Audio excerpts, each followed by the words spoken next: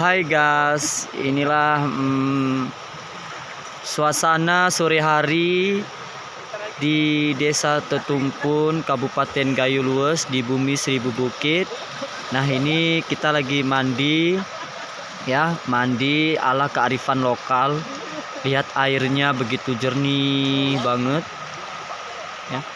Jernih banget airnya, dingin. Nah, ini suasananya ya, di atas pegunungan, keren banget. Pokoknya tenang, sejuk pikiran kita kalau kita berada di sini.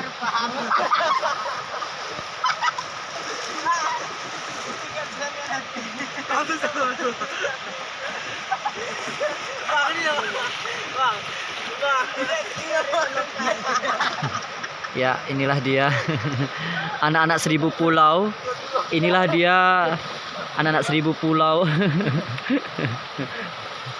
yang sedang mandi.